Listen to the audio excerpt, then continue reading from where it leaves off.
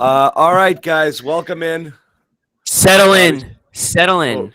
Jimmy, you're blaring there. Um, Sorry. that's fine. What's going on, everybody? I'm just a little fired up. We're gonna be a little calm. We're gonna start the show calm. Um,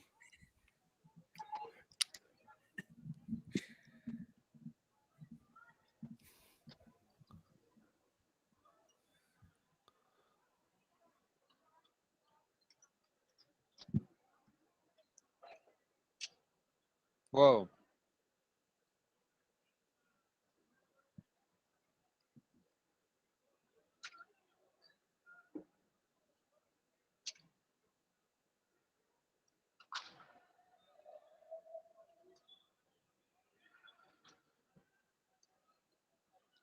All right. I guess it's just me in here. Here we go. Celtics postgame from the Garden. Oh, another meltdown. Absolute collapse. And this might have been the worst one yet. 25 points against the Knicks a couple weeks ago. And now it's the Blazers. Another one of the worst teams in the league. One of the worst defenses that you'll see out there.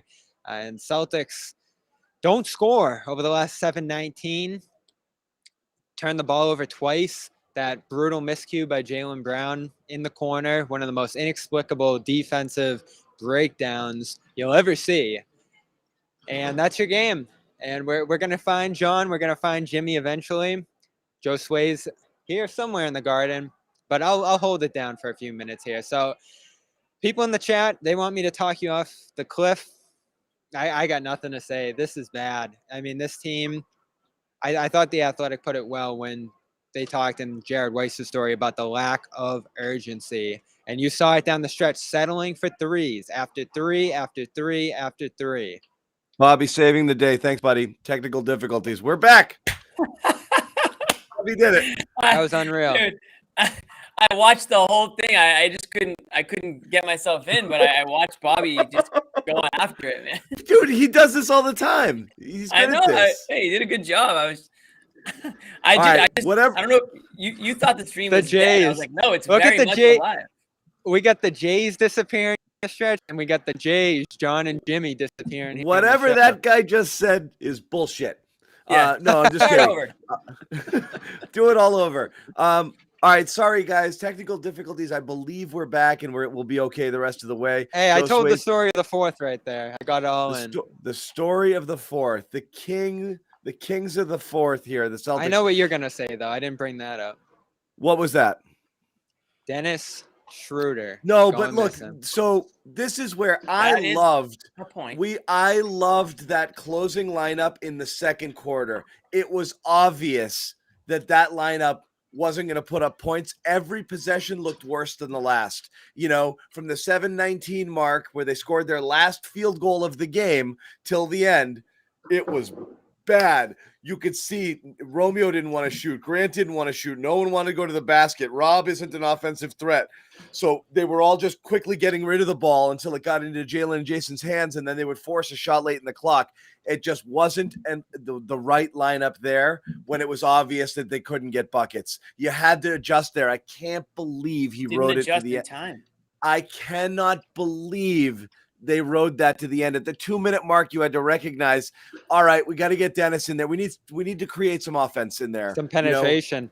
They And were here's the trying to thing. hurry- It was Yeah, they were trying to hurry him in. unbelievable. Yeah, and you didn't create spacing, even when you And hit all Dennis those wasn't threes great early in the today, fourth. but there's the moment. That's what you need him for. Like, I get why they went away from it and it was working fine, but to close there, you have to recognize what's going on, and he didn't. Well, I saw a moment early in the midway. I saw a moment midway through the fourth when CJ was out on Grant. I believe when the other Blazers was out on Pritchard out there, and even though those guys were rolling in this game, CJ's like, all right, stay in the lane here against Tatum. You know, the pack in the paint. Even though the Celtics are hitting some threes there for a little while around the third, fourth quarter switch up there, they still packed the lane. They still said, we're going to keep Brown and Tatum out of here. We're going to show them a crowd and force them to throw it out again and again. And the Celtics, as they probably predicted on the Portland side, went cold there, missed 5 straight threes, go 0 for 7 on a little run there, and, you know, turn the ball over twice. A brutal turnover by Brown, throwing it away at one point there. So there you have it, just offensive ineptitude. And another night, I don't have the numbers in front of me, where the Celtics just fell in love with the three. They started hitting some in the second half. They got going. They felt good, and they just kept launching it. Well, And they had they're good 20 looks, but not for this team. I know it is again, and Bobby, I know you wrote about it at CLNS. They actually, the attempts were down in the second half and the makes were up. They shot 21 3. They attempted 21 threes in the first half and ended up it was 11 for 37. For the game, which isn't great, but everything else was great, and the points in the paint, and they were getting there efficiently. This is the second game in a row you're playing. The passing was excellent.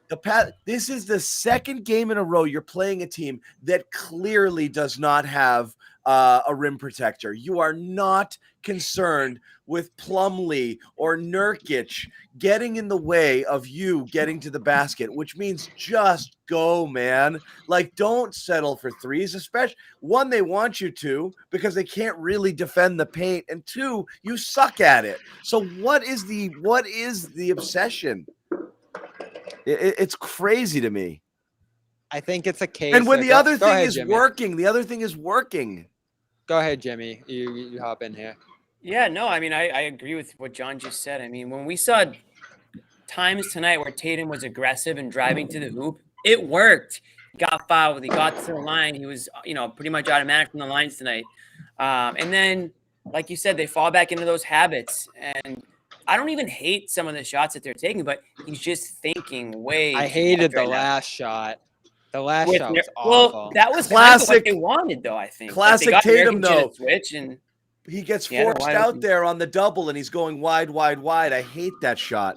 Yeah, I mean, but he had an open look. He did. I hate that possession.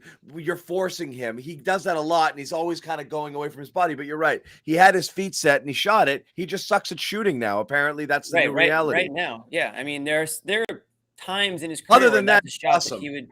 that he would like, then he would take. But I mean, going back to what we had talked about off the top, that lineup, it was just so obvious. They had no cohesive, no rhythm, like no mojo. And you could just see the Blazers every possession getting more and more confident, hitting these shots. Nurkic was an absolute beast tonight. I mean, I know he's a talented player, but I mean, damn, like that last 2 points that he had in the paint where he just kind of in one motion grabbed the rebound and turned and shot it up. Like they were just everywhere. They out-hustled them down the stretch. Did we lose Bobby? Your lips are moving, but okay. There's no words. Yeah. No, can't hear him. But no words. Going back to what I was saying real quickly, I mean, like you said, John, you needed more offense in there. You just had to. And I know that lineup worked earlier in the game with Romeo and Grant, but it was just it clearly ran its course. And Ime has to see it. He has to recognize it. There's got to be some feel. Yeah, there's got to be a feel out there, right? Like, you shouldn't be trying to rush Schroeder into the game with under a minute left. You know, I standing at half court. And it's just like, why is this? Like, I should have been in the game 3 minutes before that. And it was just so obvious that they needed that extra weapon, if you will, out there. I know Schroeder's not, Steph Curry. He's an automatic, but he can create for himself. He can get to the hoop. He makes defenses honest, and that's exactly what they needed. You can't go 7 minutes without scoring a freaking point and not make the adjustment. I know. And when you don't have a ball handler late there, you're having Tatum bring it up, which means who's he going to pass to out there? Really only Jaylen Brown is a threat, because at that point, Romeo, Grant, and Rob are zero on offense. They were afraid to do anything late. And that's what I hate. You've got to play the fourth the way you play every other quarter of the game, every other, point in the game. And they just went into freeze mode, and you could see it instantly right away. It's like, uh-oh, I don't know how it took that. I don't know how every idiot like you and me can see that coming a mile away. And you've got a coach on the sideline who's not like, I got to switch this lineup up right now. We're offensively challenged. I mean, 100-89 at the 7-minute mark, and you don't score a single field goal the rest of the way. They did not make a basket, Jimmy. They were just free throws. I'm listening. I understand. Yeah. No, it was painful. I was watching the game. I don't know if they're getting caught like watching the clock and just hoping that they can just score just enough to eke this one out. But it's that fourth quarter mental toughness that Ime mentioned a couple weeks back. Nothing has changed. Like nothing. They don't seem to be learning from these losses, right? I mean, because there's been a few this season. The fourth quarter collapses. Whether it's a bad start or a bad finish, they don't seem to be learning from their mistakes or adjusting. And it's not one or two guys. It's pretty much everybody from the coaches on down. Like I know I don't want to sound too negative, but I mean, really, how else can you sound after a game like this? Was such a winnable game. Damian Lillard's out. You're playing a Blazers team that doesn't have much going right for them right now. They don't play. This team's awful. They're awful. I mean, for all intents and purposes. Awful. Like, I mean, let's be honest. Let's call a spade a spade. These guys are freaking awful. And you had a lead. They're on the road.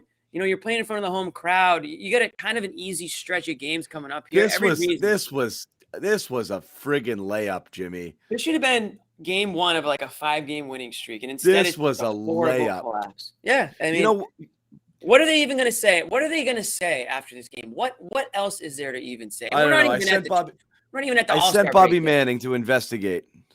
Oh, okay, good. Yeah, I hope Bobby gets down to the brass tacks here. Gets down to business with these guys and figure out what the hell's going on. What the hell's going on in this locker room? You know what's funny? This game, and again, I'm basing it on at this moment the chat, but my mood also because it mirrors it. We've shifted from anger to resignation to just sadness, like poor Fuzzy over here. Sad. This is I'm not sad, John. I said this last season too. Pathetic. I'm past angry. I mean, I'm just. It's apathy. I said it last season too. It's apathy. Look it up. This tonight though was incompetence. Okay, this was a gimme. You had to try to lose this game, and they did. And again, I hate the blame the coach stuff. Actually, the funny thing today, the shocking stat, people are always killing Ime, and numbers come out that the Celtics are the best ATO team in the league. But the chat would have, chat, Twitter, everybody would have you believe that he's the dumbest guy alive and he can't do anything. So, yeah, I hate that. I do think the perception, it's easy to blame the coach. In this one, I think you absolutely look at it and say, what the hell was Ime doing there? This had nothing to do with ATOs. This had to do with just not seeing what the hell's going on right in front of you. And then on top of that, Jaylen Brown just absolutely, he missed like 100 layups, and then that three at the end. Like, focus, guys. I mean, your best players have to have that shit locked down. What was Jaylen doing on that Covington three? I mean, like like a year one guy, like he'd never played basketball before. What was he doing? I don't know. I mean, they also benched him for like a good chunk of the second half. Jeez, guys. I mean, he wasn't in the game. I don't know if it was they benched him or Ime went with that lineup that he fell in love with. I'm telling everybody, do not vote for the Celtics for an all-star game. They do not deserve it, okay? Don't do it. Don't be a homer. It doesn't even matter. I mean, none of them are going to get in because stay home, be humble. Think about what you've done. Okay? Look what you've done to these poor people. Yeah. Here's the thing. We come on the show after every game, and I'm not saying I'm on the show after every game, but the show is on after every game. And I feel like sometimes we say the same things, but it's because this team has fallen into so many of the same habits. So it's just like, what else can you say? They're losing in many of the same ways. It's not like they're finding new ways to lose, although tonight was a little different because of the players that they had out there. So I guess we'll give them that. But you're losing big leads. You're losing comfortable leads. You're losing to teams that you have no business losing to. I mean, we can go back to the Timberwolves loss. That was another tough one. The loss to the Knicks was a bad one. I mean, there's a lot of them recently. I mean, these bad. And what I'm worried about, I'm not worried about it, but if I cared, what I would be worried about is that this has become the team's identity. This is what they believe is going to happen. Yeah, so it almost is like when you manifest, people talk a lot about manifesting in a positive way. These guys are probably at this point manifesting losses. They're envisioning how we're going to blow this game, how we're not going to pull this off, and it's coming true like way more often than it should. And that's unfortunately loser mentality, losing culture. And if you look back, it's not just this season. It's last season was a huge part of it. Many of the same players. We have a losing culture on this team right now. And it starts at the top. It's not one player, but it does start at the top. And it's pretty obvious to me that this isn't a group of guys that can be called winners right now. Certainly not. I mean, no, they're not. They don't know how to win. You know who's a winner? Josue Pavon, everybody. This guy's best intro ever. What's going on, fellas? This guy's a winner. Look at you guys. You're so just the real winner, as they say. You guys are like, I don't want to do this right now. Look at you. I don't. You're gonna talk us off the ledge, Josue? I hope not. Because I'm tired, man. I may do something in between. Dude, it's Friday. Like everyone had a hard, long week of work. They gonna go home, watch the Celtics, enjoy, maybe have a beer or two, and then say they gotta watch this crap. This is how they gotta end the work week. Come on, yeah, man. Nobody wants that. Not a good look, especially because they're heading back on the road. But also, you got a good performance out of Tatum. In the sense of trying to get people the ball and trying to be productive, getting to the free throw line finally. I mean, damn, you can't be that down the stretch with the poor execution, go scoreless for 6 minutes against this team, and then expect to win. Man, Nurkic could smell a victory. He could smell the upset. And he's a killer. I thought he was obviously tremendous on both ends. When you've got Tatum, he was a thorn in the Celtics side. I know, but you've got Tatum and Brown on your team, and we're sitting here saying things like on the postgame show that Nurkic was a killer and he smelled the victory. Friggin' Nurkic. It's because it's the Celtics, man. This is the 2021-22 I like Celtics, him, John. but who are you allowing to be the dog? Who's the alpha here? Nurkic is. Tatum, Nurkic Brown, punked, or man. Nurkic? Ugh. Yeah. That was bubble Nurkic, man. Nurkic just punked your entire team. And crap! I've got like 2 Bobbies now. Oh, geez. And you do. And you had Al Horford on the bike. I thought that would lead to some production down the stretch from him. But listen. You had Horford. How do I get rid of this other Bobby? He's got to get rid of it, or no? Bobby, you're in there twice, buddy. Yeah, he's got to close one of those tabs. Dude, our internet is completely effed tonight. Our connection is Bobby, you're in there twice, buddy. You got to kill that window. We're more poorly connected than the Celtics. It's disappointing, and of course that's what Ime Udoka talked about. This one stings more than the others, he says, because he says that he saw a lot of that poor execution down the stretch that he saw back in October. He thought that he was staring at was out of their system. What's up? Bobby, what else? I mean, Josue, what else did he say? Did he say why he stuck with that lineup for so long? Well, he talked about how there was positives from that lineup, but also he blamed himself a bit. He said, "Look, that's on me in terms of trying to get these guys to, which was sort of like contradiction of what he said about how he was surprised that they weren't executing the way they would like." He did also say that he didn't mind the 3-point attempt from Jason Tatum. He thought that he was a bit out.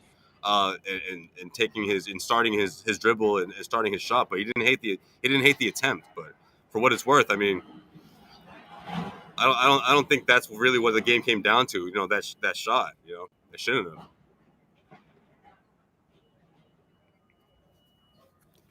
What are you guys saying for the last 15 minutes? I hear you. We've been saying a lot of hurtful and mean things about the team to start, but a lot of the stuff that we've. What pisses me off the most is similar to some of these other losses, just the lack of a few things down the stretch. Execution, cohesiveness, intensity, killer instincts. I mean, I can keep going. Heart, effort. I mean, so many things are so many of these losses feel the same.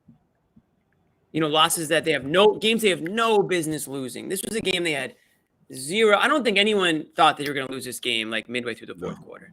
It just didn't feel like a game they were going to lose. They were up 8? I mean, they were kind of maybe 10. I don't even remember the exact number. Bobby's still coming in double. Here's Bobby and a fake Bobby. I see a black. What's going on I see a black screen. I don't see 2 Bobbies, but it's just a Bobby and his pal over here to the right. Well, let's just keep it moving with that for now. This is the internet, so this is what happens. Yeah. Bobby, do another Glitch. shot. Do a. It's not. I don't have Flash another shot. window. It's just a ghost, I guess. Maybe Wick or Brad will appear there. And It'd be good to hear from Wick. The more they lose these games, the closer we are to hearing from Wick, I think. You're not going to hear from Wick. You're not going to hear from he is Wick. not going to take on the Because we tax get loud question. enough. If we Because get loud all- enough, I'm gonna start that up next week. That's my homework. I'm gonna start. Let's hear from Wick talk, and I guarantee you, we will hear from Wick. Guarantee you. I haven't seen him or Pegs or any of them around the arena. I mean, I'm way up here, but At this point, he has every right to say, "I'm not spending a dime on this team," and who's going to question him? Yep. So, I get it at this point. It goes and this against is what I talked about, John. Like tonight, you get the shooting, you get the playmaking, you get all that stuff, and there's just something intangible they're missing late. Like Jimmy was just talking about there. You can make a move, you can make an addition, you could get a third star. Be over the moon making a move like that, and there still might just be something broken here.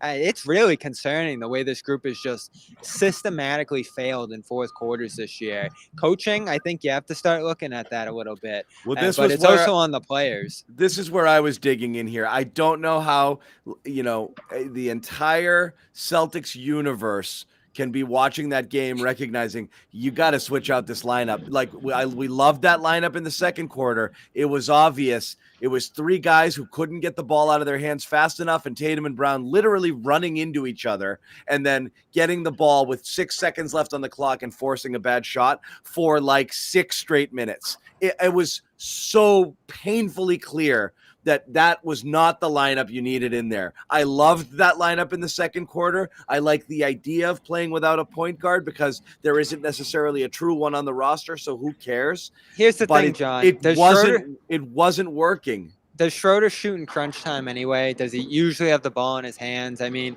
he might have gotten 1 or 2 looks there, which is all it doesn't really matter. needed, If the ball swings to Schroeder and not one of those guys in that situation, he's going to be looking to attack. The other guys were He does have the ball in those situations. The other guys were terrified. He has had a ton, dude. He's had a ton of late game moments where he took more shots than the Jays. But and everybody complains about it. At that point, it was obvious. And this isn't a Schroeder agenda thing. I was like, okay, cool. I like this lineup. And I loved it then. But we could see it wasn't working. So switch it.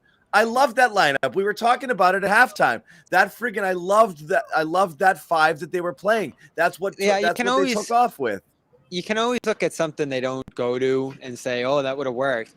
He was awful early in the game. I mean, there was a reason he wasn't playing in the second half, which was fine then, but because the game goes 48 minutes, you have to judge in this moment, am I doing the right thing? And he didn't at that point. That was the point.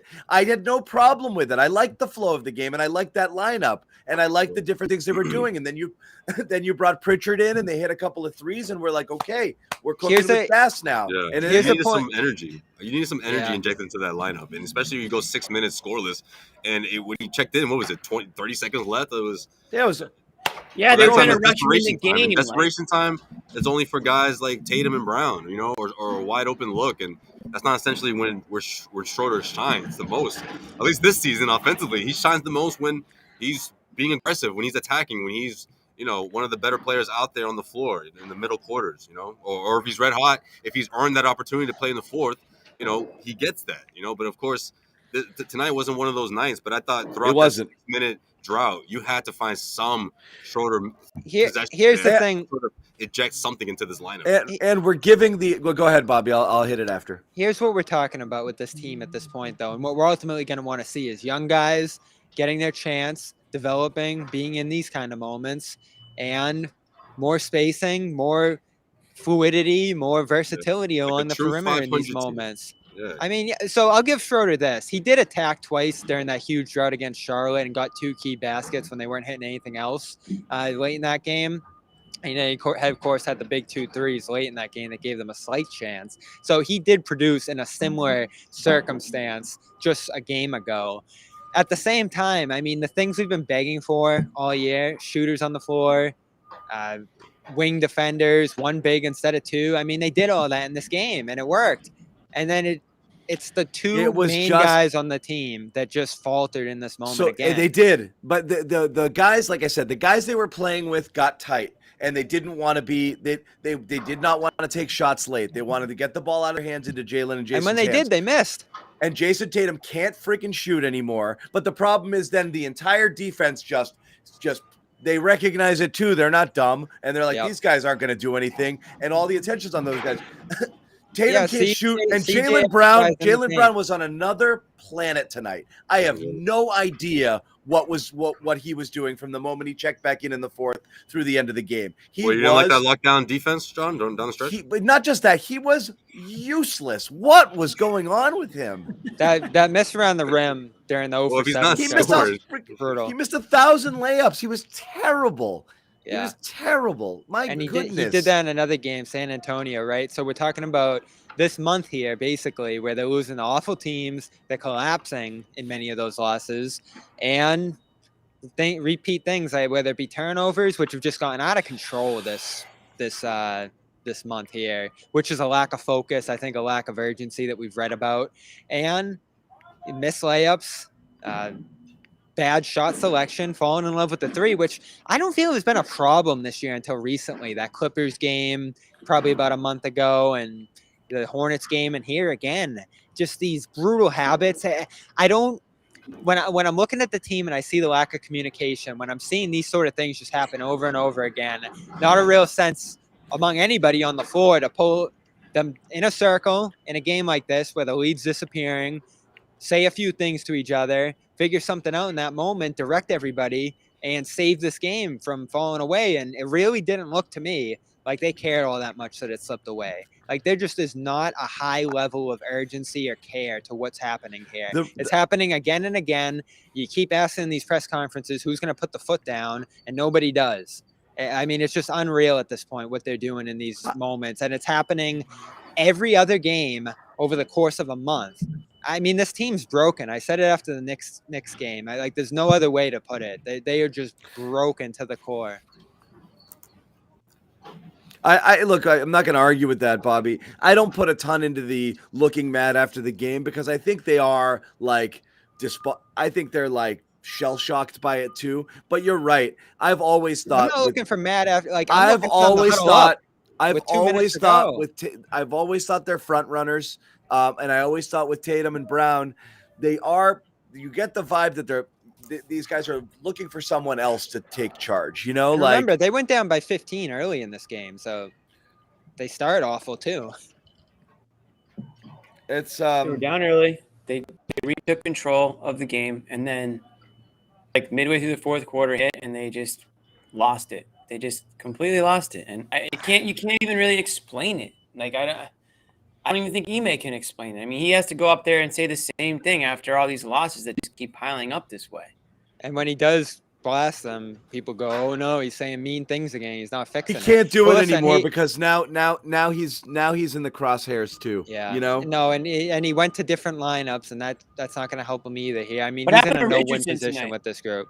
I thought he stunk. Romeo was playing phenomenal, so he rode, and so was Grant. So he rode the hot hand. They just tightened up. Right. Prior to the Romeo was. I think Ime pressed all the right buttons. Romeo was plus 31 in 16 minutes, and then over the last 7, the plus minus dropped to 17. You know, no, Romeo was great tonight. I mean, they were so great. That lineup was great. It was just obviously not working. There's no other way to put it. By the way, Ime said he did want Tatum to pass on that last possession there. Said he got a decent look, but the plan was to either hit Rob diving or Brown pulling on the last look there. And he went for a three that Ime was okay with, but they were looking to pass. So that was the play they drew up. Well, yeah, he said he was okay with it, but he said that wasn't the play, right? He said they had options. I have it right here. You want it? You want it? Yeah, let's fire it up. All right, hold on. Let me fire it up. I think I have this. Yo, fire that up. Yeah, just go. I will fire it up. Jeez. Stop yelling at me. No, I wasn't yelling at you. I was going to say something else. No, you can say something else. It's going to take me a split second. No, I was just going to say, if that was the play, it was out of the timeout. So what was the miscommunication? Probably a good play. I mean, he was draped with 2 guys, and Well, I got to go back and look at it. They got Nurkic in the switch, which is, I assume, what they wanted, right? Is that what we're talking about? The biggest reason why it was asked was because Tatum's missed 18 3-pointers in a row. So right. it's So, like, was that the setup? Was that the plan all along? So essentially why you got the question. I don't know. Let's play it. Here's Ime. Tatum's step back three down one. Who would you have liked to have seen on that possession? Did you like that shot? Him really attacking Nurkic, and then using him to get somebody else an open shot. If he could turn the corner, he kind of bobbled it and caught it out further than we like it, of course. So we could be a little bit stronger there and just catch it and rip and go. We knew Nurkic was going to be up there, and then the point was Rob diving down the lane and Jalen pulling behind, and there were some openings there. But at the same time, it's a semi-tough shot. He got him off balance and got a pretty open look. But we did have a few options there, and the first one was turning the corner and getting, beating him downhill as he had been most of the fourth quarter. When you sense that he's missed 20 in a row, did you sense tonight he was trying to just make one? He was just trying to snap this streak, and was that one of those situations where he's just trying to make a big play? No, I think, we put it in his hands. He had been obviously playing well, basically the point guard in most of the second half. And so I don't think it's him hunting a three specifically. Like he bobbled the ball and they still trapped him. You got to make the right read there, whether it was Rob or Jalen pulling behind. But, our first initial was for him to get downhill and get to the basket. So I don't think he was hunting the three as much as, he got off balance a little bit there and then got to a step back. Yeah, and I'm watching the play again here, and Rob was in a crowd. There was no real look to Rob on the dive there, but Brown was wide open. And, Tatum was open too, but less open. So, I don't know. Ime doesn't really say clearly there whether Tatum's shooting was a non-starter there. Maybe that was an option too, but it does feel like they wanted It's in his head, man. He passed one up late, and he passed it to Al, or someone standing 2 feet away from him. I mean, he stopped. He stopped taking him. Yeah. He knows he's a mess right now. This is bad, and they don't have spacing to go inside. You look at their mid-range percentages, as I wrote about. That's not really an alternative for this group. They're pretty bad there. Tatum's 37%, Schroeder's 37%, Richardson's 42%. Maybe you get Al in lower post situations, but usually Rob's out there with them. I mean, this is just bad. I don't know how you don't shake up this team at the deadline one way or another. You just this group, this offense can't do it. And John, I wrote in that story too. You've been keeping an eye on this, them scoring less than 30 points in a quarter. I don't have the numbers tonight in front of me, but since the last time they played Portland, which was on December 4th, the Celtics have scored 30 or fewer points in a quarter 66% of the time, 2 out of every 3 quarters. And yeah, I was looking at 40-point halves, and they had another one here, 47-point second half here after 58 in the first. And obviously a ton of that was attributed to just simply screeching halt in the fourth quarter. But I mean, that's continued problem with this team, They just don't have an offense. They don't have an offensive mindset. It doesn't really feel like the coach wants them to be an offensive team, which is, if I'm going to get on Ime for anything, that's starting to become an issue here. I mean, 25, 33, 24, 23. That's brutal. And they're doing that every night. Well, we sort of knew that they're going to have trouble having, the lack of shooting, right? Lack of shooters. But you look at the 2 All-Stars and you're like, well, how aren't these outcomes different when you look at whether you want to say, Jalen's hot streak, when he can get going, he's proven that he can, have big games, especially in the fourth quarter. Jason is ice cold from 3, but he finds other ways to score, right? And he still manages to score 27 points. And, it wasn't the prettiest, but he shifted his game a bit. And it's like they're following all the things that Ime's been preaching. And everything's got to be extreme. We're not quite sure the identity of this team, offensively. We just don't know which team's going to show up or which quarter, in which, aforementioned quarter, which team's we're going to see, Everything's got to be the extreme with this group. The biggest collapse in the NBA. I'm sure we'll see the numbers that this is probably like the longest closing stretch a team hasn't had in the league without a bucket this year, at least one of them.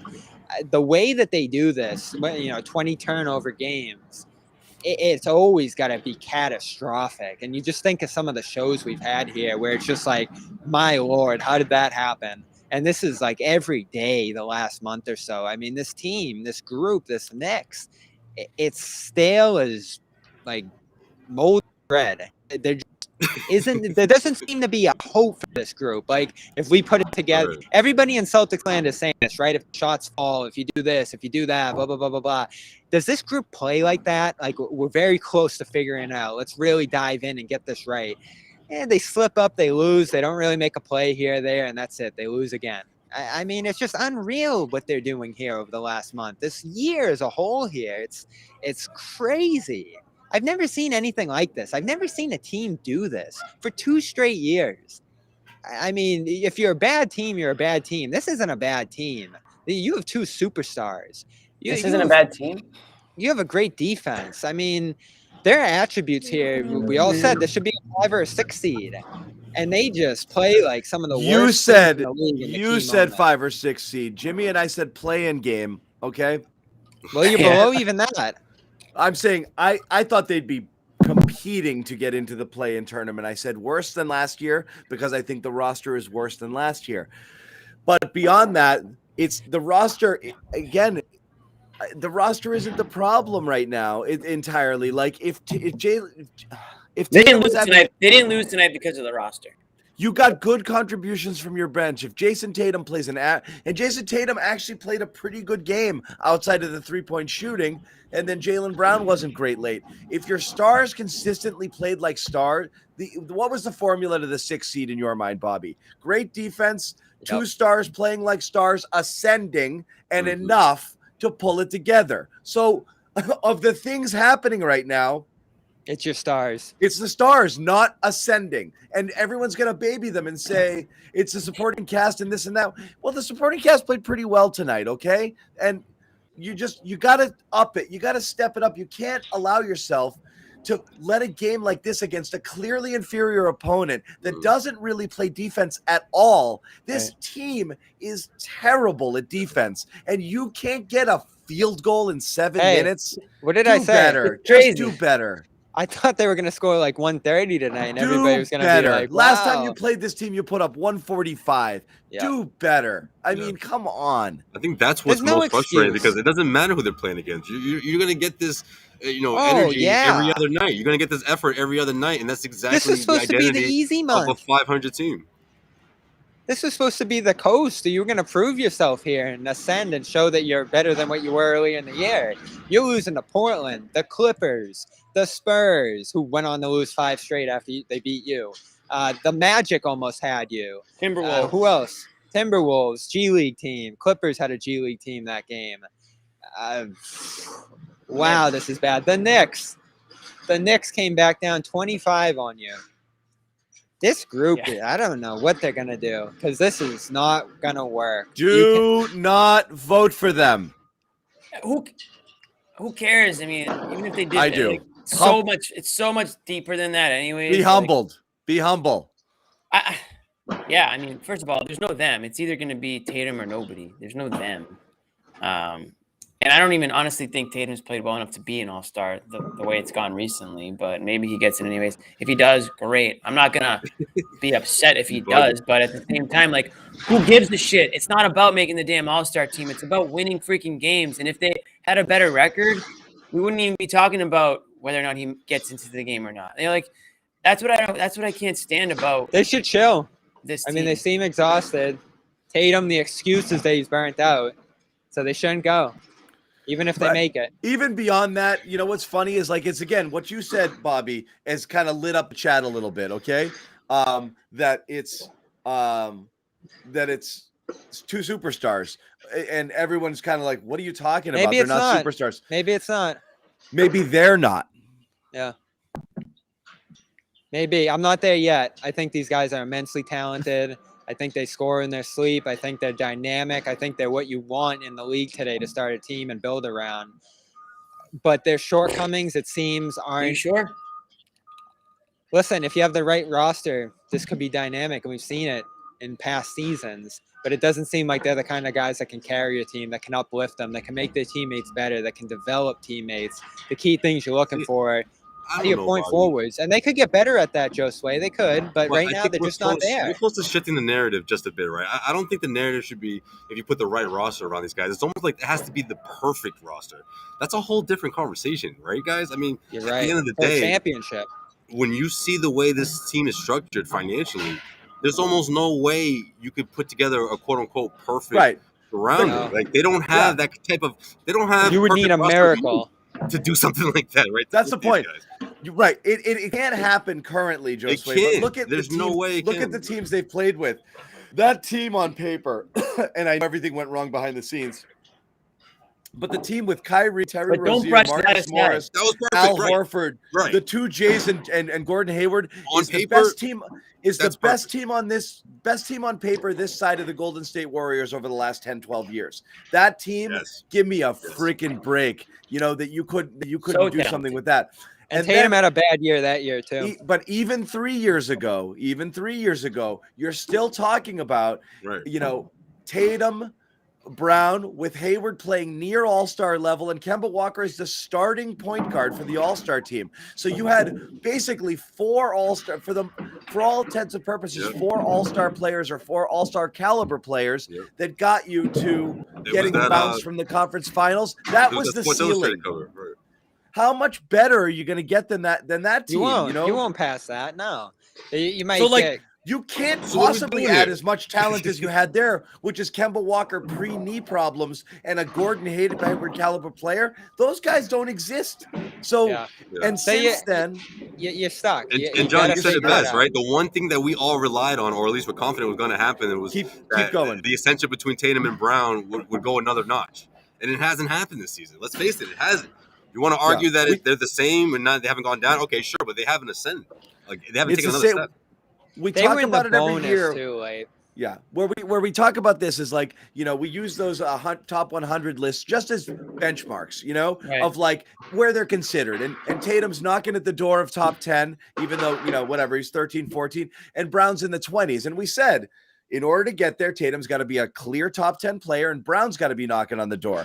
And when those two alone, you can put anybody around those guys. If you've got two players that good, playing well and healthy at the same time, you should be able to fill with spare parts. That's the formula. Load up on stars, get three if you can, a bunch of guys around them, and you're okay, right? They're not. Brown streaky, but Tatum's regressing right now. It's going in the wrong direction. And there are guys in the league, we talked about this maybe a couple weeks ago, there are guys this season that are taking the leap. Right. I mean, you know who they are. You're getting passed by people, right? Yeah, you're getting passed by a lot of players this year that maybe you didn't think had the capabilities to pass these guys, and now they are. So all the players around them are taking this leap, and you're sitting here looking at your team, and they're stale, they're stagnant, they're getting worse, they're not fun to watch. I mean, who's having fun right now? Anybody? I don't think so. And they're and they don't look like they're having fun out there either. So it's like work. It's like going to work. What's up? Guys, no, I was going to say, these guys are getting louder, but I was just going to say, was anyone surprised by that report from the Athletics saying that, like, things are stale between Smart and Brown? Like, it's stale across the board. The whole team's stale. The body language is there. I mean, the play in itself is stale. Everything about this team is stale, so that was no surprise, There isn't great communication, Josue. Do you ever see them pull each other together, huddle up, have an intense timeout? How can you? One guy's on a bike. No, I mean on the court. I mean, Tatum's always on the floor. He's on the bike for the few minutes he's off. But at some point, when you're collapsing like you were tonight, I want to see Grant Williams or someone just talking to him while he's on the bike. Like that's what I want to happen next. They will know they're really here's what you're missing. Go ahead, Jimmy. If you're a Celtics fan right now, this is like the equivalent of like being at a wedding and being stuck with like the boring date, and you're watching this hot couple on the dance floor just tear it up, and you're like, I wish we were them, or like, why can't we have that fun? That's like being a Celtics fan for the last couple of seasons, and like you're stuck in this shitty relationship unless you get out of it. If you want to be that couple, then you got to change up. Let's go to Toronto. Take some freaking tango lessons, Exactly. Exactly. Go, right. Do you know how great take a shot at tequila and get on the, get some salsa in you, get on the dance floor. Do you know how great Toronto sounds right now? I mean, it's a little colder, but Oh, man, he's going to make them Not cry. cooler than here, I don't know dude. if they're ready for Rondo. 14 degrees right now. If we're It is frustrated pretty with them, cold. imagine Rondo trying to have patience. No, I said Toronto, north of the border. Dude, these guys are killing me, man. I can't even hear you guys. I'm sorry. All right, Yeah. we're gonna mute you 1 second. All right, earmuffs, big guy. You can't So, watch yeah. it. I mean, you just can't watch an NBA game and not be a little jealous of the other team. Oh, I mean, Memphis, even tonight, I'm watching Nurkic being Phoenix. like, "Wow, this guy's a freaking beast." I haven't seen anyone in the Celtics. And Rob And sucked Romeo's at the tonight. podium right now. Rob got worked tonight. Rob sucked also, another weird fall on that Tatum shot. Just kind of tipped it up, didn't grab it. Could have grabbed it, went up or got fouled or something. He just kind of tipped it over the rim. Brutal play there, fouled too much. They challenged that weird play where he shoved Nurkic in the back, Yeah, what which was was just that a useless challenge. So dumb. There was no awareness late, and they're really not even a feeling. And I guess how could you blame them because they were in such control? But no one seemed to notice that it was falling apart or that something needed to happen to stop it. And nobody said something to each other or, shove somebody or, just try to wake everybody up. It was just, let's keep doing the same thing we've been doing all game, drive and kick. I'm in this habit. I'm in this flow. There's not really an awareness to the situation. He's certainly by Tatum on that last play, not seeing Brown there, but other moments as well here about what they had to do. They had to attack. They were in the bonus. They were missing a ton of threes there. They were turning the ball over. And like John said, this is a team that's conducive that you're playing here to getting inside and scoring or getting fouled. And Tatum did get fouled at one point down the stretch there. That's about all they got. And what can you say? They just need somebody to be able to save them in these spots. And I don't know who it is, but it's clearly and by far their biggest need. It's not Smart. It's not Schroeder. These guys have been here all year and they haven't been able to save that. I don't know who it's going to be, but that's your biggest need going forward, certainly. Going forward into next season because this season's done. Toast. Yeah. Over. Fork in it, everybody. Well, I mean, not because of this loss, but just because of just the pattern. There is a silver lining, John. The silver lining is I was very worried of a 7-3 fool's gold run into the trade deadline, which might, convince you to do something teeny and small that might, get you somebody and then, drift off into playing. You don't have to worry about that. No, the best thing is, and again, I'm fully in the whole in the idea that you might have to burn this village in order to save it. So I mean, you've got. I'm not talking. I'm not talking the nuclear option by splitting the Jays yet. Again, it is an off-season conversation. If you realize there is no other path to improvement, but you feel you need to shake it up, it is not Plan A. Plan A would be develop or build around them, but I just don't think you have the pieces. So the first thing you start doing is just start shedding and stack some assets if you can get them. Anything and everything. And I think, again, I don't want to make this a referendum on Smart. I think Smart's the one piece you can consider moving to get you something else you might need more and just be done with that chapter of Celtics land. So, and it takes you in another direction. If you're worried about stale – and you've done half a season of the point guard experiment, and you're like, this was obviously not going to work. You do something else. That's the only thing I can think of at this point. Well, he's not out there tonight to help them either, which is frustrating. I don't know what's going on there. But Schroeder or Smart, that's the decision you're going to have to make there because you're not going to be able to trade Smart for a better point guard or a replacement or anything like that. You're certainly not going to be able to trade Schroeder for a replacement. I don't even care if Schroeder goes too. Honestly, at this point, you're just trying to Smart Pritchard. I'm saying anything. I don't care about the now. Anything. Right. If you get rid of Smart, it's because you're bringing in somebody who is better suited to play with the Jays and who you'd rather move forward with. If you've decided you're not moving forward with this core, but you don't want to split up the Jays. At this point, you're looking down the list. Who's the next guy? The next guy is Smart. That's the first move you're going to make if you've decided that the core doesn't work anymore. Yeah, I'm just saying you can't get a point guard back from. You look across the league, nobody's trading their point guard for Smart. So you're going to get a shooter maybe, a wing, and then you got that question mark. And then you're going to have to break up the Jays conversation in the offseason if you think that whatever pieces you get for one of them is going to make the whole better. You're going to have that conversation. If they want to stick with them, then they've got to make other moves to improve around them. There's not a lot of wiggle room. So you got to start. That's the problem. You got to start considering anything that's possible. So if it's Smart for, Bogdanov, or whatever it is, I know that's been, Smart for a shooter. Maybe you do that. You do an offense-defense trade, Hey, maybe go after Bogdanovich, certainly. That's why I said Barnes, Bogdan. Right, exactly. Maybe even John Collins, if you can push that as far as what they're going to do down there. He might be going for Simmons, but Smart, I think you really have to maximize that trade.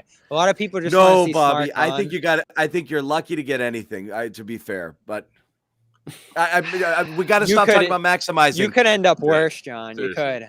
What's worse? I'm already having the worst time. Like, what could be worse? Tonight, and certainly these recent games, Charlotte and others, have you looking at what this team's going to look like defensively without Smart. Never mind the passing you're going to lose here. Listen, I mean, what are we doing? Is it a sell? Are they moving into sell rebuild mode? Offense. Like that. You need offense. Offense wins games. You need offense. Just a little bit of offense. Yes, they need shooting and they need playmaking. Yeah, and yes, you will do it at the expense of Marcus Smart's defense, because Marcus Smart's defense he's not that guy, Bobby. He's great. He's a great guy to have on your team. But do you think Marcus Smart is eliminating a star on the other team every single night? He would have shut down Rozier on Wednesday. I mean, he's just not that guy. He's not. I think the numbers tell a different story, but my point is, I'm all for getting rid of Smart. I mean, it's certainly looking like time here. But I'm not just throwing him away for anything for the hope that it's going to fix things. That's it. Smart's not the problem. I mean, some people think he is. Some people hate the shooting and other his worst attributes. Smart's but right not now, the problem. Okay, Bobby. Who's the problem? Smart's not the problem in a vacuum, but he's not part of the solution at this time. And that's true. You have to consider that something's got to change. So again, if you keep looking at everything, it's like, we're like Celtics fans are like hoarders, you got to throw a bunch of shit out your room. Like, but I just want to talk about what we're actually going to do. You haven't played with this toy in 5 years, Bobby. Why do you still want it? I want it. I don't want to get rid of it. Yeah, how you end up doing something stupid, and our old friend of the network, Ty Ray, tweeted this earlier. You end up doing something stupid by just trading someone for anybody and hoping that it works and just praying. I mean, you're not in a great spot right now. That's not what people do. That's not what people do. What you do is you take calculated risks and leaps of faith. It is not somewhere in Celtics land. People have convinced themselves that you have to 10 out of 10 win the trade in such an obvious way that everybody who grades it gives you an A+ and the other team a C-. Otherwise, you don't do it. Every trade is a risk. You're doing apples and oranges thing. You're saying, I'm going to remove this thing that does this for me for this thing that does that for me, thinking that's going to be more important. I'm for it, but let's just talk in specifics. The Celtics are not going to trade somebody just to trade them. They're not going to do that. So I don't even know why we talk about that. Nobody does that. No, I'm just saying we should talk in specifics. What are you going to get for Smart? I don't know. I don't know, but if something's out there, it's not our job to do the deal. It's our job to just bring up. But I mean, to Bobby's point though, every single person you ask that question to, no one can give you an answer. So it's like, what are we talking about? Like, okay, is Marcus Smart untradeable? No, of course not. He's not. That's my point. But no one can give me a right, straight answer. Oh, something, anything. Oh, so trade him for nothing. No, you don't trade him for nothing. Then what are we talking about? Like, he's one of the few reliable rotation players. No one has a single suggestion on what to do with Marcus Smart, but they all want him gone. Oh, the naysayers are. They all want him gone, but they have no idea. I'll literally, Josue, I could go down a list of 20 people. If we could get a deal done, I would do it. I just don't think you can get it. So when it comes to when nobody wants Marcus Smart, then it does become trading him for the sake of trading him because you're offloading him. If you're trading him plus picks to get rid of him, that's a dump. Okay, but if you're telling me that some team is going to give up offense for defense, and this is a trade that they'd be willing to make, I could say yes to 15 different proposals right now. So it's not a matter of happening. I mean, the guy's got a fresh deal. That's another thing too. So I don't get like the rush as if he has a year left on his contract. He's just re-upped. I'm not saying it's. I do think there's an urgency, Josue. Trade him. I disagree there because he could get worse. And then you're looking at a Well, bad yeah. Well, I'm not saying you contract. hold on to him to his contract year, but I mean, the offseason, things change drastically. Obviously, teams are desperate or teams are in a different headspace when the season ends compared to weeks before the trade deadline or the All-Star break. I think the Yeah, Celtics. I agree with that. You don't rush to do it at the deadline. That's when You can teams do get it in the thirsty and offseason. they make deals, and they're more likely to say, okay, yes, we will give you that for Marcus. You know. Yeah. Well, I know you So guys don't like this deal, but it was a rumor, not a rumor, but it was just a name thrown out there. Was people were talking about Utah, and as much as we'd like Conley, there's another player, Jordan Clarkson, that some people think could be a targeted in a smart type deal, but it didn't seem like you guys were too pumped with that. But maybe that's the type of a player or level of a player that you could get in return from Marcus Smart. You know, that sort of tier. Looking You're at not the gonna get, you're not offseason, going to get a superstar player back for Marcus Smart. Nobody thinks that, but I think you're looking for a different fit. Now, Bob, you said Marcus Smart's not the problem. Well, no, the problem is the two guys at the top aren't consistent, aren't playing well together, and aren't winning games. But nobody's ready to trade those two guys. So, yeah, Marcus Smart might not be the problem, but like John said, he's not part of the solution either. So if you don't want to trade Tatum and Brown, and I you don't want to agree. trade And you don't Rob, want to or trade maybe Rob. you do want to trade Rob. Yeah, Rob's an option too, but I don't know. I mean, there was a rumor or there was a report that Rob's not available to trade right now. So, I mean, at some point, you got to fall down the line. At some point, you have to trade somebody. I mean, the way it's going right now, you can't just keep this team for another year. So If you get a good opportunity right now, you do it. If you don't, I think you go into the offseason, you look at sign and trade options. Jalen Brunson's a guy who's going to be out there, others as well. That's Another when option is just to consider that they signed Marcus Smart this offseason because they needed to commit to him and they didn't want to lose the asset. And so that's why they did it, and not necessarily because they thought he was going to be a core, Right. Piece I mean, the of way their they've future. used them. And I think they gave it a full 40-game run at the point guard spot, and we're like, it didn't work. It's not an epic fail, but it didn't.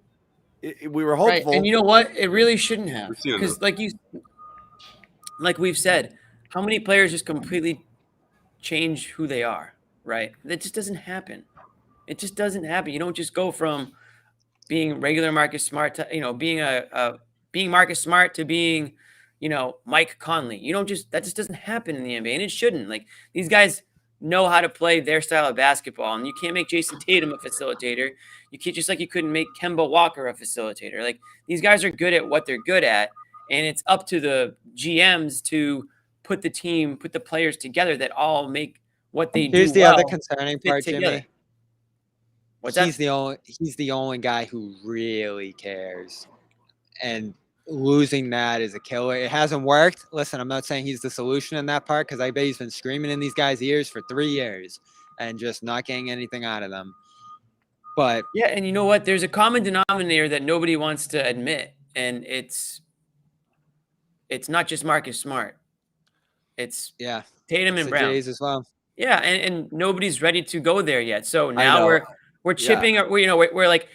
We're just sort of beating around the bush until finally people are ready to accept what that. Because it's all you I'm have. 10,000% ready to go there, and you know me, I have been for a while. Sure. I'm not sold, but again, you ride with what you got right now. So at this point, right, you ride with what you got. And you're not the going to best make thing you have. And Right. and because of their limitations, the real reality is, because of their limitations, improving around the Jays is hard. So you literally, and Fuzzy put this one in the chat earlier, we've been saying this from the get-go. The reality is you just have to hope it gets better. You have to hope the players, you got to hope this Romeo game, there's 10 more like it. You got to hope Grant is a 40+% three-point shooter for the rest of his life. You got to hope, Neesmith. But that's foolish, though. But I'm saying that's way more likely and realistic than something magically happening that's going to get a third star into Boston. That is an absolute just fantasy land, not happening. It's internal improvement and then draft correctly by making and then make small maneuvers around what you have. But in order for it to work, the Jays have to get better. The kids have to develop. If they don't, then just shrug your shoulders and accept this is a shit team. And that's it. There's not a lot. It's not that complicated. They're in a brutal spot. And you know what? I always look at the picks. You might need this year's. Well, so that's it gets better or it doesn't. That's the wrap on the season, guys. That's our closing show for the year. No, it's prove it or lose it, and you lost your opportunity. I think you already have of proving that this team can go somewhere and should invest in this year's group in particular. And listen, maybe that's why Juancho got dumped. They may have made that decision earlier than anybody already knew. I still think there's a way they can mix selectively selling with trying to find ways to improve given the salary and future picks that they have. I'd hold on to this year's, but you can still use future years because I think you're so far away that you got to start working on it now. If someone's available wait a that you second, like, Bobby. This is when did you do? When did you switch to this? Bobby, you're the trade all the picks guy. You can't change. You can't do that. This is my take. Yeah. You can't do this. And this was my take a couple weeks ago, or maybe a week ago. I don't know if it was in the chat or on our show. When did you arrive here on this island? In a rough couple of weeks. Let me say this real quick. You're almost like so thin and so like your future is so meek in terms of help where you almost can't even trade your draft picks because that's your only chance of finding that third star that John's saying is impossible to come here. My only issue is it's going to take too long. Even if I know, and that's the problem, but even if you get a guy, there's really nobody close to who you possibly could get in the draft. So by trading 2 firsts for a guy like Harrison Barnes, it's like, okay, now you have Harrison Barnes, but like, this is the best you're going to get now for a very long time, for, a few years. You don't have anyone to draft. You don't have anyone coming up that's really going to take this leap that we're starting. But you got to try it, Jimmy, right? Because they haven't tried it. I don't know. They kind of tried it last year with Fournier, but that wasn't really. People wanted Barnes, people wanted Grant last year, guys who are really going to be part of this team for years to come and impact high-level players. You took the cheap option, the guy that you could get for 2 second-round picks on expiring. You could do that again with Terrence Ross or Jeremy Lamb or something. But that's not my point. But they really haven't gone in. So listen, like John said, we're going to get to a point where we have to start talking about Brown. And I don't want to get there before you try everything else because you're in a bad place when you get to the point where you're like, oh, they got to trade Brown. And you haven't tried other stuff. Package some picks here. Get aggressive on a guy that you really think can fit with these 2 players here because you haven't. The last 2 years, you lost Hayward with them? and you never really replaced them. Nobody fits. That's the problem. I wouldn't equate 2019 to now. I mean, they're better players now, and they're on an upward trajectory still in the roles that they want them to play, so it's different. But you might be right. Maybe it doesn't work. Like I said at the beginning of the show, the way that they've performed in fourth quarters in crucial situations makes you worry that no matter what they do, it's not going to work. But you still have to try. John, my worst nightmare is you get to 2 years from now, and Brown walks out the door, and you never traded a single pick. Like, are you kidding me? They cannot get to that. My biggest fear is this, Bobby, is that you get another year into this, and then the general vibe and perception around Brown and Tatum isn't the 12th and the 25th best overall player in the NBA. It's the 30th and 45th, and all of a sudden you're like, oh crap, what are we now? Like that's the thing is like these guys have to get better, or you've got to do something about like you got to do something. I don't think you're going to dip that far. My issue is I don't think they're going to dip that far. All I'm saying is the shine is going to be off them at a certain point where it's going to be we have rested on this. We've got these 19 and 20-year-old, 20 and 21, 21 and 22, 20. It's going to be 26 and 27. It's going to be like, year 7 and 8 in the league. And we're going to be like, oh, just wait till these guys get it going. We got to surround them with stuff like, I agree, John, but the window has closed. I mean, we said this. Yes, the harsh reality was it closed. We said it before the year. The reality is they shot their shot and missed. So at this point, you're doing some damage control or you need bold strokes. You got to pick which one that is. They've been doing damage control. This is year 2 of it. Band-Aids, Yeah.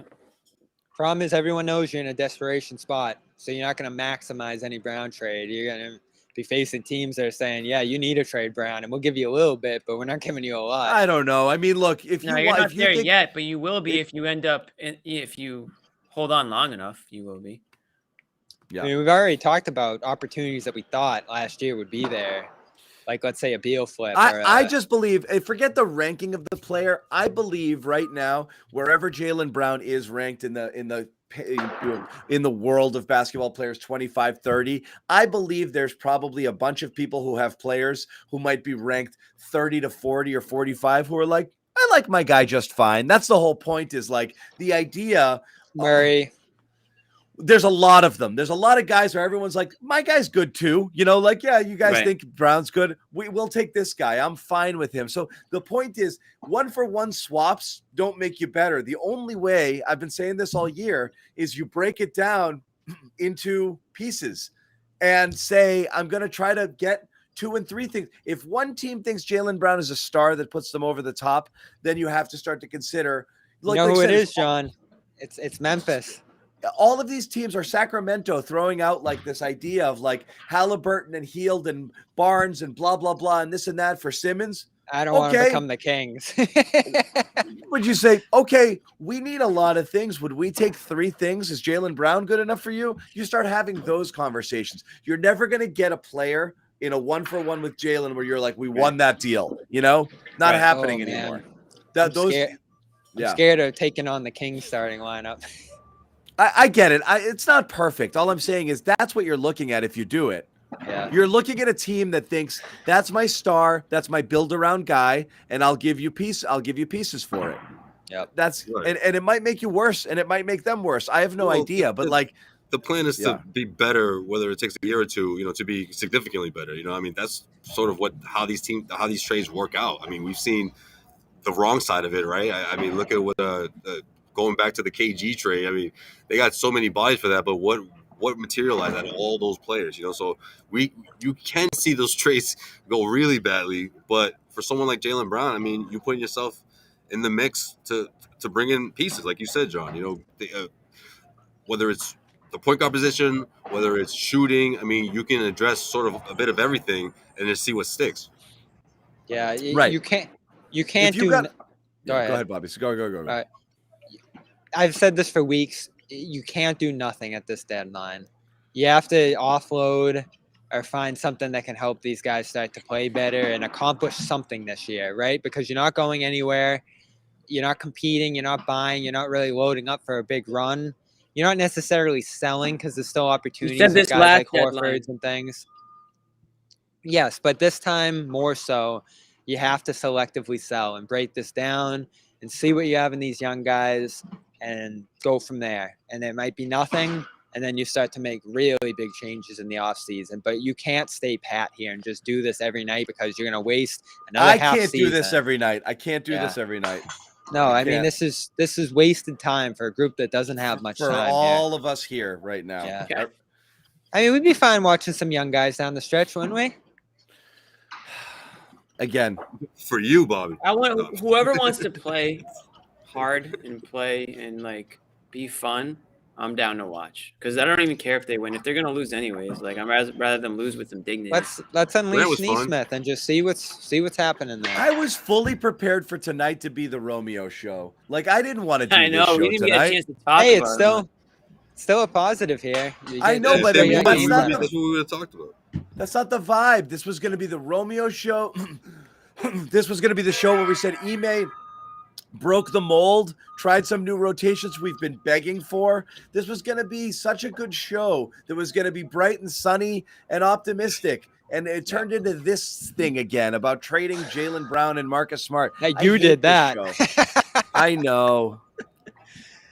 No one else said that. But you watch these guys, these guys fall apart like this. It's hard to feel anything different. But we are on to Washington on Sunday. We're going to have a slew of reporters out there. So those guys will be covering the game. It's a 3:30 start. We will have post-game after. Guys, closing thoughts? Get it together. I'm tired. Celtics. My closing thought is I want to blow out on Sunday. That's what I want. That's the closing thought. But not be on the wrong end of it. I'm just tired of these. I'm just tired of watching these guys play basketball. That's my closing thought. I need to see something completely different soon. It can be the same guys, but I need to see a different purpose out there. I can't I don't know watch if it's these guys happening with the lose like same this. guys, Jimmy. It's been too I know. long. I don't either. I don't either. But that's what I need to see. Or I don't even care who they trade. I don't care who they trade or who they get. Listen, I feel the same way. I'll listen to anything, any idea. Just tweet it at me. I usually don't like ideas, but Tweet at Bobby. Bobby doesn't like you and your ideas, but now I'm listening. he's open to it. I know. I never respond to him. Josue, final thought. What's up? Final thought. I mean, to take away, just point out some positives here. I'm sure we would have been talking a lot more about Romeo and his performance if this game was a win for the Celtics. But I mean, we can go with that, or we can go with again Tatum being aggressive, 14 attempts at the free throw line. I mean, that's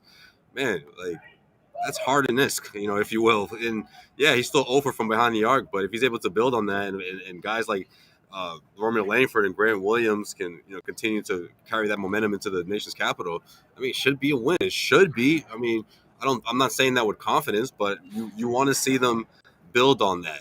And I think if they don't, then I think we're gonna have to really start questioning not only just the roster, but just how long will it take for Ime to essentially lose this team, in their voice. And I'm not saying that Celtics going to go out and fire the guy, but there could be some of that if we don't see significant change within the next week or so. I'm gonna be the Ime. I'm gonna go the Ime route here too, because this is a developing take I have. And Justin Poulin said it pretty early this year on our network on Celtic Stuff Live. I don't know if Ime. I like Ime. I think he's the right fit for the Jays. I think he's a good coach, but he might not be the best fit for this group. And it might come down to the fact that he's so defensive. He's so grounded in that being his approach for a team that's starving for offense and development on the offensive end, and an offensive league, as John talks about all the time. It might not be the right fit. And you don't like to do three coaches. You don't like to do three coaches in 3 years. I think that'd be ridiculous. And then you're really just spinning around praying that something works. I think he's instituted a lot of good things this year, but he needs to adjust. Everybody's got to adjust here. The Jays, they got to be better in crunch time. The young guys, when they do get their chances, have to be better, and they're getting there. And Ime's got to be more amicable. I mean, double big. This season's half gone, and they're still doing that. Come on. I don't disagree, Bobby, but I don't think they're playing good defense because of Ime, and I don't think they're playing bad offense because of Ime. I think they're doing both of those things because that's who they are. I'm just tired of making excuses. Well, they're drilling defense big time. And doing again, all the switching. I'm with you, Jimmy. The excuse making. Oh, nobody's the right fit. No players are the right fit. No coaches are the right fit. Everything is wrong except the two guys that everything is wrong about. I just mentioned them, Jimmy. I know, but Tatum and Brown they're like bubble boys at this point. Right. They're and everything has to be perfect. Only certain people can ask questions too. It's got to be exactly the way you want it. I can only play with certain guys at a certain temperature. It's got to be this coach. This guy looked at me the wrong way. I don't like it when this guy says that. It's all you have. And you can't just swap them out and find your other young stars. I mean, that's not how it works. They're what you got going forward. And you're either going to make it work with them or they're going to leave one day and you're going to be Detroit. So that's how it's going to go. And you might get ahead and get a good opportunity, John. I just don't think it's going to be there with Jalen to the point where it makes sense. Yeah. So you got to figure it out and find a way to build around them and take a calculated risk, as you talked about. My closing thought is there's nothing good about tonight, and there's nothing good about what's going on with his team right now. Nothing. Because anything that looks good for a little turns to shit. It doesn't matter. Like I said, Romeo and Grant we loved, and then they literally were just scared of their own shadows in the last 7 minutes of the game. Right. Which means, what are you going to do with those guys if you can't use them when the game counts? And then your stars shrink at the biggest moments. And Jaylen Brown is completely lost out there and missing layups and missing defensive assignments. And Rob Williams just was brutal, and just all of these things. Like even when they're good in stretches, they turn around and then you see the other version of the guy, and it's frustrating. So the one positive thing is you guys are sticking with us through this. When we're this close to throwing in the towel. So thanks to the viewers who are still watching the games and still watching us and here joining us in the chat. We appreciate you guys. We appreciate the fire, the insight, the passions. A lot of really smart fans who understand what they're watching right now, and they're frustrated as hell. But thank you guys for hanging out with us through all of this. Yeah, we're not going anywhere, even though the Celtics are doing their best. We're not to try to get us. I want to say one last thing. I took a quick look at the Eastern Conference standings. I'm not looking at the wins loss, but just like situations of where your organization is at. I put the Celtics in like the bottom tier, like the bottom 5 out of 15 teams in the East in terms of like, is this a good situation right now? And they're down there with some bad teams, Detroit, Orlando. I put Indiana down there. I put them down there. Toss another team. Like they're not going in the right direction. There's nothing good about anything with this organization. It's been like that for 2 years. Hey, and you know who we didn't mention? The front office. You got to take a look at that after the year too. Like, are they the guys for the future? Are they the people who need to lead this group into the future? Have they done enough? And this is still many people remaining from the Danny Ainge days. Do you really have to get a I can't start on that. I can't start on that. I can't do it. But yes, you do. You have to decide who you are and what you want to be. Who's the king? Who's the face of the real? Celtics going Is forward? this the thing? Is it Nobody. Is it Brad's now and forever? Are the carryovers from the last regime still a part of this thing? How many teams hire a new GM and keep all of the assistants? Like, it's very weird. So I don't know what's going on behind the scenes. Our heads are still spinning from that day after they lost to Brooklyn, where they named It Brad makes no Stevens sense GM. still. And Yeah. we just all pretended that's a normal thing. We did No, not. we didn't. I did not No, we pretend at didn't. all, Bobby. We haven't talked about it all season. I said it was the strangest never freaking thing in the. You've No, I never mean, had that day we did, and then we were You've just never like, had I a guess that coach happened. fired up to GM in the like that I can ever remember. No, but and what the crazy thing about it was it perfectly summed up last season, because when I said this before, nobody wanted to be a part of that season. Like by the end of it, Danny Ainge was checked out, Brad Stevens was checked out, the players were checked out. I mean, not one, and it showed up that it showed because they just were horrible. Yeah, last year was effortless. This isn't the case this year. They're just kind of erratic. It's trending in that same direction. It Let's is, put it that yeah. way. It is. Anyway, thanks again, guys. Back on Sunday with Hey, happy Friday, everybody. Have a great weekend. Everybody out on the town Enjoy. of Boston. Watch out for Saturday Night Jimmy. He's coming for you. Okay. I'm actually going to Foxwoods tomorrow. I'm going to Foxwoods coming in tomorrow, hot. believe it or not. He's coming in. I'm going to Foxwoods tomorrow. I'm checking out the sports book. I'm going to hopefully not lose too much money, but I'm expecting to lose a couple bucks. But I've heard it's Jimmy. legit. Don't hesitate. Approach him. He will be ecstatic. I've heard it's legit. I can't wait to check it out. So we'll see. All right, go get him, guys. Thank you, everybody, for hanging with us. Sorry for the technical difficulties early. We will see you guys on Sunday.